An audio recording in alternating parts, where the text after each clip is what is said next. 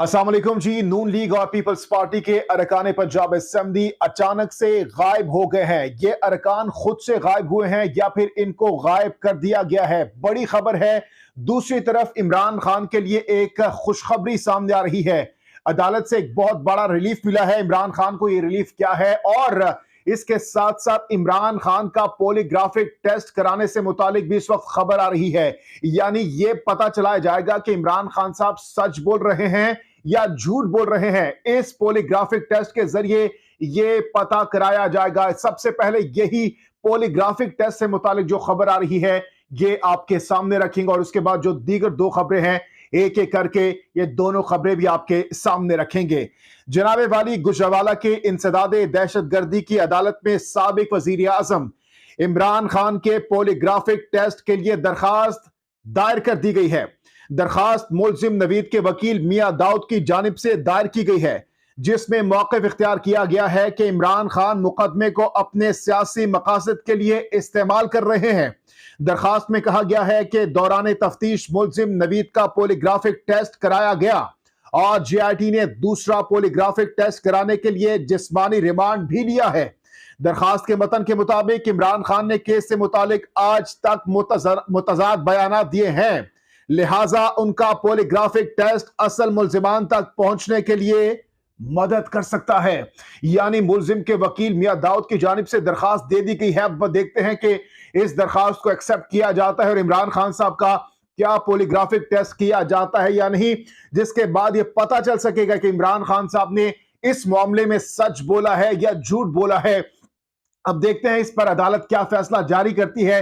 दूसरी तरफ जो पाकिस्तान पीपल्स पार्टी और नून लीग के अरकान पंजाब असेंबली अचानक से गायब हो गए हैं।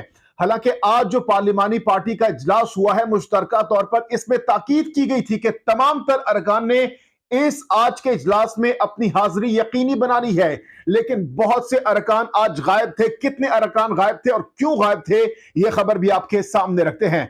पाकिस्तान मुस्लिम लीग नून और पीपल्स पार्टी की पंजाब की पार्लिमानी पार्टियों के मुश्तरका इजलास में 150 से कम अरकान ने शिरकत की। जराये के मुताबिक मुस्लिम लीग नून और पीपल्स पार्टी पार्लिमानी इजलास में अपनी ताकत का मुजाहरा करने में नाकाम रही और इजलास में 150 से कम अरकान ने शिरकत की, यानी 150 अरकान भी पूरे नहीं थे। असेंबली जराये के मुताबिक मुस्लिम लीग नून के 145 से जायद जबकि पीपल्स पार्टी के सिर्फ 2 अरकान की जानिब से शिरकत की गई। हालांकि 7 अरकान हैं पंजाब असेंबली में पीपल्स पार्टी के, और इसके साथ साथ अगर पाकिस्तान मुस्लिम लीग नून की बात की जाए तो इनके 167 अरकान हैं। उसके बावजूद सिर्फ और सिर्फ 145 अरकान की जानिब से शिरकत की गई है।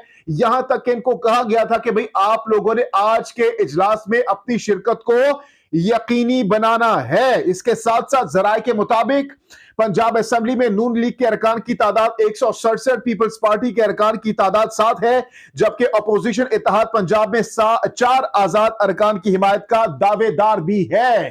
तो जनाब इस वक्त लग रहा है कि पाकिस्तान पीपल्स पार्टी और नून लीग के दरमियान भी इख्तलाफात बहुत ज्यादा शिद्दत इख्तियार कर चुके हैं, क्योंकि जिस तरीके से एक दूसरे पर इल्जामात आयद किए जा रहे हैं उससे लग ऐसा रहा है, और आज के इस इजलास के बाद भी ऐसा लग रहा है कि दाल में कुछ काला जरूर है। इसके साथ साथ इमरान खान साहब के लिए जो अच्छी खबर इस वक्त आ रही है वो भी आपके सामने रखते हैं। Chief justice Lahore high court justice अमीर भट्टी की सरबराही में 3 रुकनी फुल बेंच ने तोशाखाना केस में इलेक्शन कमीशन से इमरान खान की नाअहली के खिलाफ केस की समाअत की।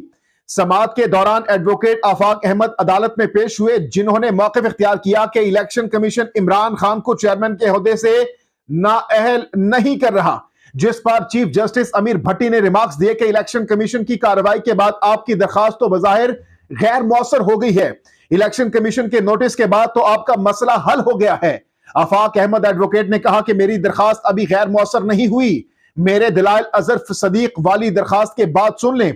जिस पर चीफ जस्टिस लाहौर हाईकोर्ट ने कहा कि अजहर सदीक साहब अब तो इमरान खान खुद दरखास्त गुजार बन चुके हैं, हल्के के वोटर की दरखास्त पर भी बज़ाहिर गैर मौसर हो गई है, और इसके बाद लाहौर हाईकोर्ट ने इमरान खान को चेयरमैन पीटीआई के ओहदे से हटाने की दरखास्त गैर मौसर करार देते हुए खारिज कर दी। इसके साथ साथ पाकिस्तान तहरीक इंसाफ के चेयरमैन इमरान खान और परवेज इलाही की मुलाकात भी अब से कुछ देर बाद शुरू होने वाली है जमान पार्क में, और इस इजलास में इस मुलाकात में इमरान खान साहब अपने नेक्स्ट लाएमल का ऐलान करेंगे। दूसरी तरफ से नून लीग के अरकान की जानिब से भी इस वक्त परवेज इलाही के खिलाफ शदीद तनकीद उन पर हो रही है, शदीद जुबानी गोलाबारी इन पर जारी है और लग ऐसा रहा है कि अब परवेज इलाही कभी भी फैसला इमरान खान साहब को छोड़ने का नहीं करेंगे, क्योंकि दूसरी तरफ से ख्वाजा आसिफ साहब की जानिब से कहा गया है कि अल्लाह ना करे कि ऐसा वक्त भी आए कि हमें परवेज इलाही को साथ मिलाना पड़े, जिससे लग रहा है कि हालात बहुत ज्यादा संगीन हो चुके हैं मुस्लिम लीग काफ और नून लीग के दरमियान। और अब